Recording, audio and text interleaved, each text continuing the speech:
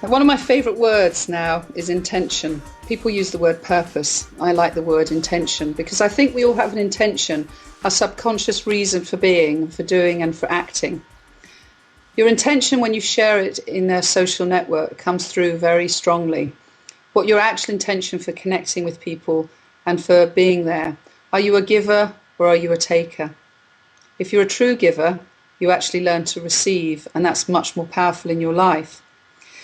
Now, one of the ways that you can actually spread the intention about your business is by learning to use the tools. And one of the best persons I know that actually teaches this in terms of a marketing phraseology is Seth Godin with Permission Marketing. I read Permission Marketing just before I started Ecademy. It had a very big impact on me.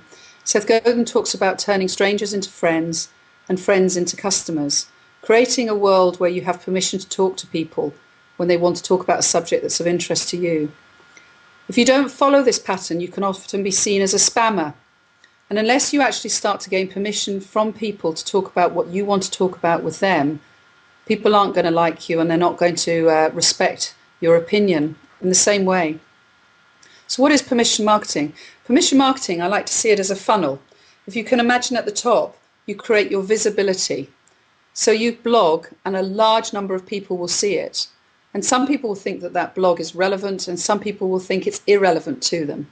The ones that look at it and the ones that choose to look at your profile as a result of it, or the ones that comment on it, are starting to give you permission to talk to them about what interests you. Now, the powerful thing about this is you're creating a mile wide, which we talked about in one of the earlier programs. You're creating a mile wide visible network when you do that. When they hit your profile, and they leave a footprint, you have something that says somebody has looked at your profile. You can then contact them and ask them why and have a conversation and read their profile. From then on, you can actually increase the funnel down to the money at the bottom by creating clubs of relevance. We had a great example of this where Thomas Power created the Clean Tech Club.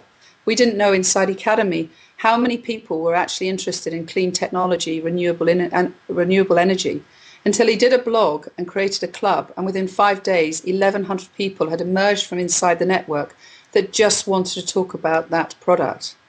Now that is all about sharing your intention. Clean tech is about sharing the intention of saving the planet with renewable products and renewable energy. And by creating a club inside there, they were all able to share contacts, opportunities and thoughts around that industry.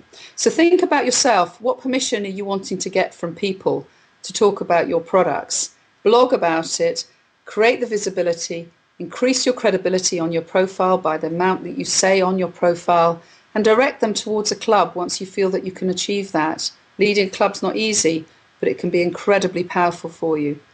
This mirrors a whole world of know me, which is when you blog, like me, which is when you build a relationship, and then follow me, which we see very strongly in Twitter. Once you have your own club, you're creating a follow me world, and that's when your business will really be on the money.